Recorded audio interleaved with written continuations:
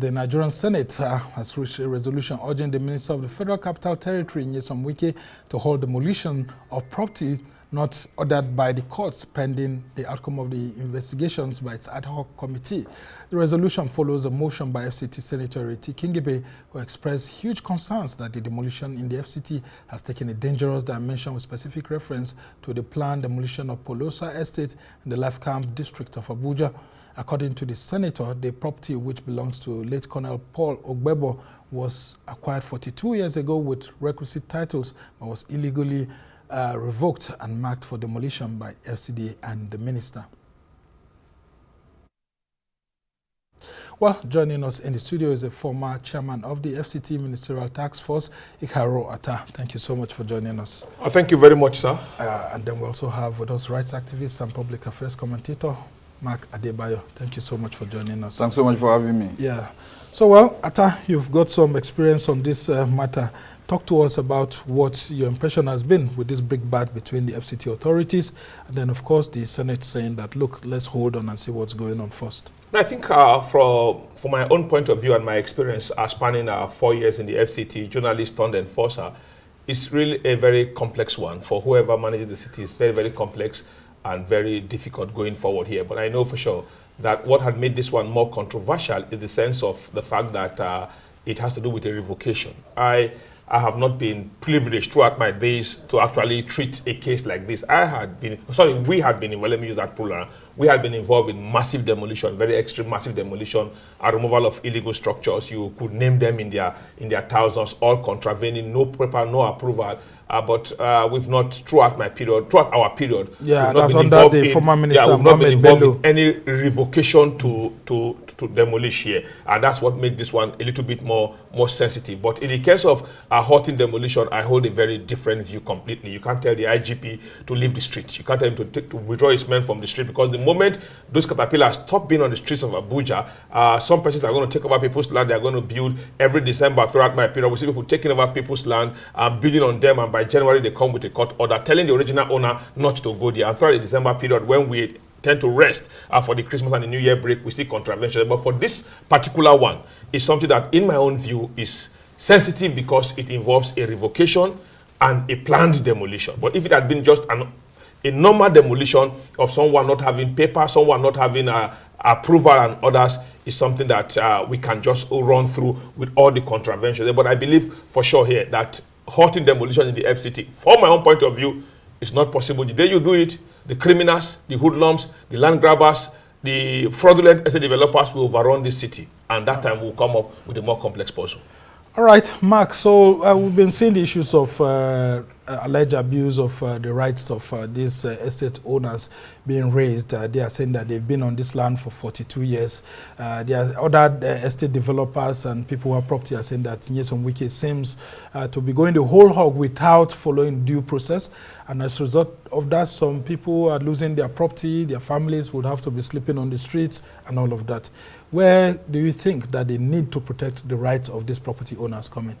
I think the main challenge is about this, the question of due process. If due processes are followed, nobody will have any questions or any challenge with that. But where due processes are not followed, where we tyrannize a democratic process by doing things against a people that we are supposed to protect. The government is supposed to be for the people. And then you begin to wonder, there's something, there's a concept in political anthropology that is called oscillating current of social negativism. And that is where, when government begins to work against the interest of the people that is supposed to protect. Now, I have no issues with people with illegal occupation, illegal structures and the rest of that, but sometimes there is need to really deeply investigate the deep corruption within the system itself. And I think that is the major challenge. You said that some of the FCT officials, for example, may actually have been creating some of these problems for landowners. Because, you know, most of the people that are victims on this, we claim that they have gone to the FCTA, they've paid this, they've paid. Some of them even have papers to show. Yeah, I mean, like these ones, they said they paid 10 million naira and all of that. They paid all that, you collected all that, and then you say you are revoking. Why? Why revoke? You know, not in this kind of atrocious economic situation that any government would think of. You are not providing cheap houses for the people. You have no housing policy. You have nothing to, exactly like the way we have been advocating over the years, that it is it is even illegal and unconstitutional for the government to be forcing vehicle owners to go and take roadworthiness certificate when your roads are not car worthy. So you are not providing houses for the people and the people that manage. And one thing that I have serious problem with, the issue of due process not being followed, and the issue of just telling the people go to hell. You can't be doing that as a government. And then you must, when people begin to develop a place, you don't wait until they have occupied the place, they're living there 2 years, 3 years, just go there. And then this idea of giving people less than 24 hours to vacate a place, where we have 42, 45 houses with people and families living there. We have to humanize. You have to humanize the process of enforcement of law. Because that is what society and government should be about. Yes, people have done this and that, but it is not, yes, they have contravened, but it's not a criminal offense. There's a way, even where people are occupying a space illegally, there's a way you can interface with them and then, humanize, put a human face to the enforcement of law. First and foremost. All right, but the National Assembly is actually saying that, look, this is not a total halting of the demolition order, but it's just saying that, hold on for now, let's investigate while we come back. But generally now, people say that sometimes the rhetoric from the FCT minister, Nyesom Wike itself, is not helping matters.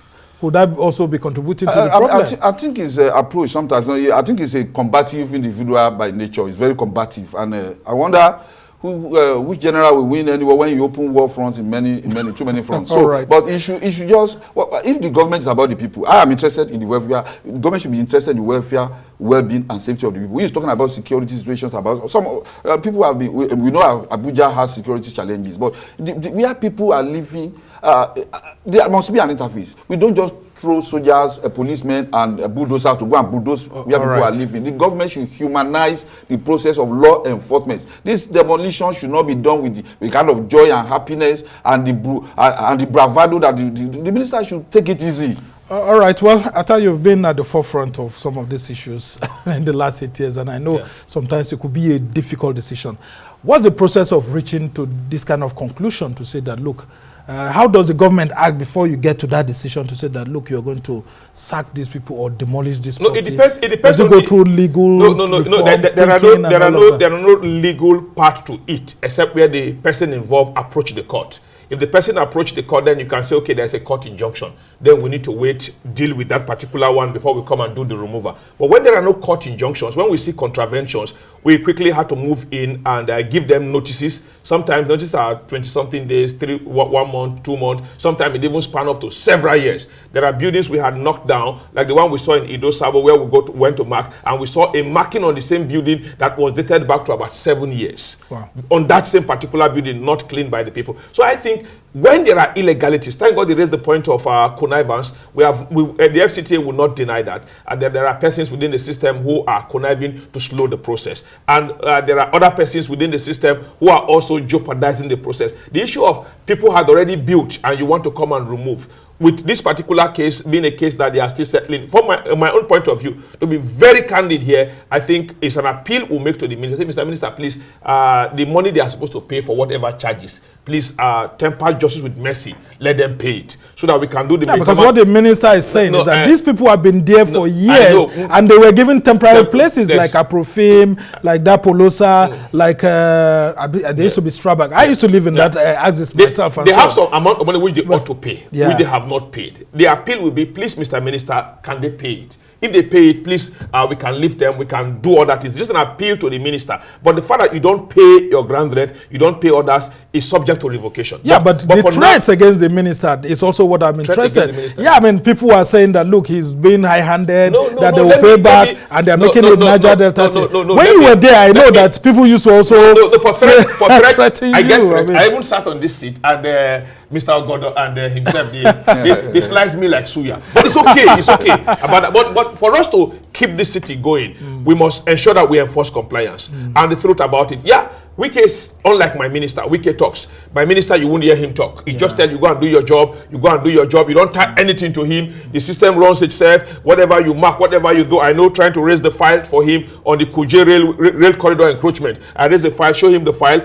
We have marked the place. And he said, why are you showing me the file? Go and do your job. Don't show me any file for me to write approve. If they have entered the rail corridor, if they have occupied it, then go and do your job. And just go and do your job. But for the person that Wike is, you see Wike going in the field there there and all that. You can see some of the shanties that he actually destroyed. This particular one. This one was in Wuye. I think it was in Wuye. This is Ruga. We had removed Ruga more than 20 times. And I had raised the point on this particular Ruga that unless the plot owners take over the plot, we are wasting government resources. The Director of Development Control, Tampan and Mukta Galadima, and I, we removed here 3 times under MM Bello. The man that he handed over to when he went for NIPS, Garba Kwanko, we removed this same Ruga, and I told them, why are we wasting state resources, buying petrol, paying allowance to remove this same place? Why don't these are people's plot? They refuse to take over their plot. They are speculating with the plot. And we told them, take over the plot. So these people will go somewhere else. They are willing to go somewhere else, but when the land is vacant, the guys in Ruga keep coming there, and when you push them,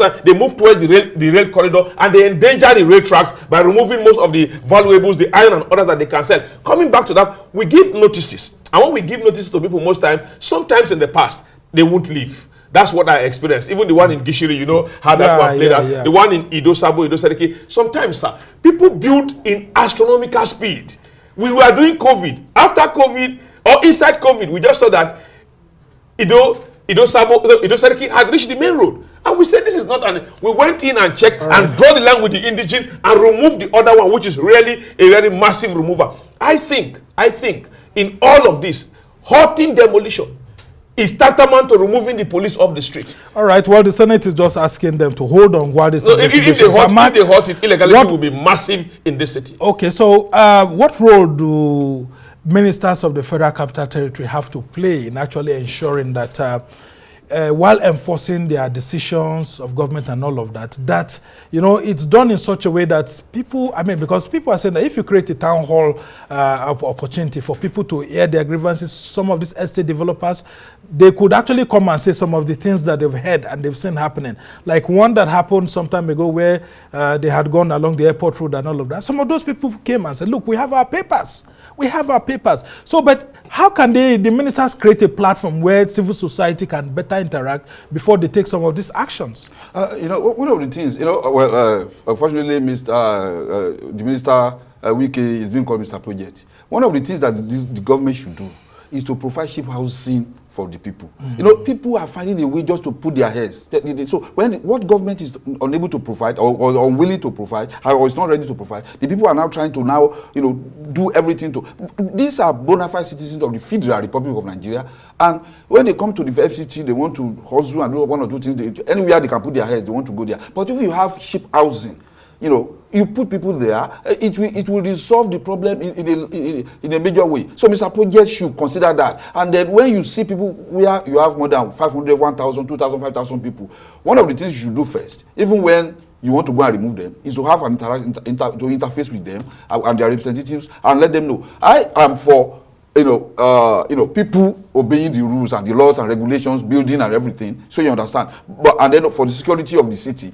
But it is important for us to look at the human factor of it. Yeah, so one of those human factors that has been at play here is that there are accusations that the FCT minister is revoking lands and giving to his friends and family members. I don't know how. Because I want to be able to say things that I'll be able to have facts about. Yeah. Like this other one they are talking about is the fact that the minister, that the organization, the company that has been given the CO, if that is true, allegedly, that he has interest in that company, then it's immoral, it's unjustifiable. He shouldn't do that. If that is the case. But if these people too have vacillated, wasted time in regularizing their papers, what they need to do, like he said, will be to appeal to the minister. I hope he will listen. But in some cases too, people have gone to court and the government has overlooked the court injunction and just went ahead to demolish.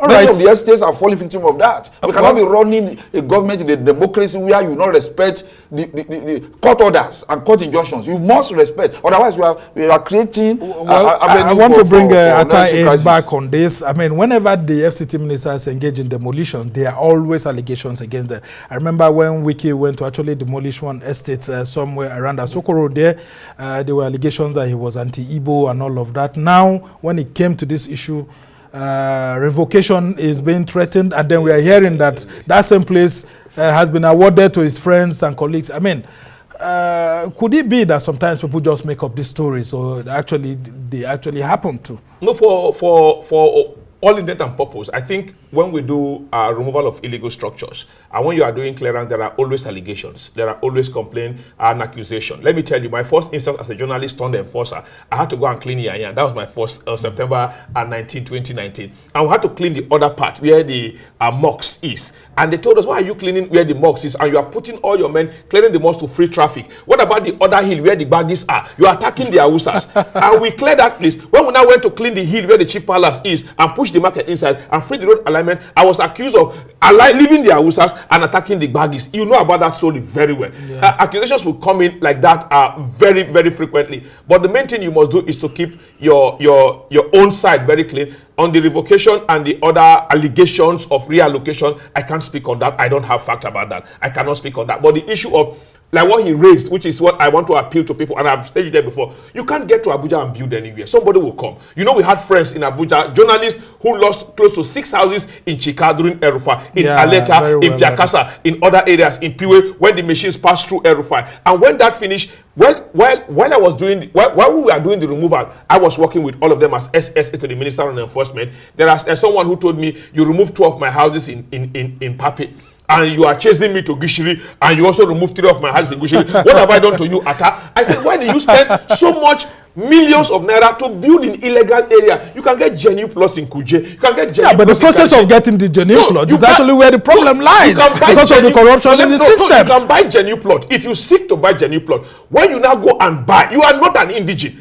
I am not an indigene. The indigenes have protection. They are protected. When we go out to demolish, we leave the indigenes because the law says that we can't touch their houses. But those who bought from them got their houses removed. That's why we say, please, these people enjoy some sense of immunity by what the country has entered into with them. But you who is not an indigene, like Iharo Attah here, if you go and buy from them, when the chips are done, they will point your house. All right. And this is not an indigenous house, and we'll take it out. Gentlemen, as we try to round off this conversation, there's a call on President Bola Tinubu to actually call Nyesom Wike to order. If we're in Tinubu's shoes, I mean, this is your minister, and he's been called Mr. Project, doing so many things. What will you do in this instance? Because he has the next election to actually catch up with. Yes, I will nullify political expediency in the interest of the people. So you cannot say because of political expediency, we will keep somebody in office who is already more or less giving your government not such a good name. And I mean, I know if this minister wants to provide cheap housing for the people in this FCT, the next 1 year, he will do it. That is the kind of person I like him. I mean, the vigor he brings. He's already doing that for judges. I mean, the judges can take care of it. We are talking about the hoi polloi, the people, the regular Nigerian that needs protection. And I want to you see, the only way to resolve this issue, the Senate cannot be appealing and appealing. This man doesn't really, he's not somebody given to listening to appeals. I mean, there must be a law. There must be a law that says that you cannot remove a citizen of the Federal Republic of Nigeria until you do ABCD. Now they've said until you have court orders, don't remove houses. I think let's start from there. Don't just go there. I mean, and people also, there must be more awareness on the part of the FCTA and the ministry that people, let all these things say, let there be awareness on TV, on radio, everywhere, on the streets. You have the last lap. The Urban and Regional Planning Act states that when a structure is adjudged illegal, you mark, you give notices, and you remove. There is nothing that says we need to go and get court order as FCTA to get the property removed. We mark, we give notices, because we are all humans. You can be somewhere because you don't have one, whatever. But I think largely, like what we have observed going forward, the minister is doing very well in project. Let's not play over that. He's doing very, very well in project. And I also believe that this issue of litigations and others, I believe it's just an appeal we can make. I have seen the document. Cheap houses. I have not no cheap houses. No, he can't give everybody houses. You can only make available lands. Nice layout like we have during in Gidan Mangoro, in Gidan Daya, the one we have somewhere in some areas where we have cheap layout given with little design where you can easily go and build, you pay little money and you are good to run. But sadly for us, when those ones are given, people will sell again and buy. And even the mass housing system has been corrupted in the city. That's the problem actually. And then we have to remember why people are breaking pipelines in the Niger Delta. Well, you say we need water, say it's in the pipeline. We need education, it's in the pipeline. We need All right, gentlemen. Please, do your search. Do your search in Aegis. Sometimes do your search in AMAC. Ensure that you do your search thoroughly and be careful of all these estate developers selling land on all hold-ups. Be very careful about the government should protect vulnerable people. Vulnerable people thank you so much. Mr. Minister, please protect the vulnerable people. Don't give them 24 hours and begin to chase them about. Adebayo is a rights activist, politician, and public affairs analyst. We must thank you so much for joining us. So and of course, our own friend here, former chairman FCT Ministerial Task Force, always full of energy. I'm a very quiet Attah, we must thank you so much for your wealth of knowledge on FCT issues, and we'll continue to wish you well and pray for better opportunities. Well, that's the much we can take on this edition of This Week. Thanks to our production team here in Abuja, Lagos, and London. Do join us same time next week for another exciting edition. I'm Sam Nasango.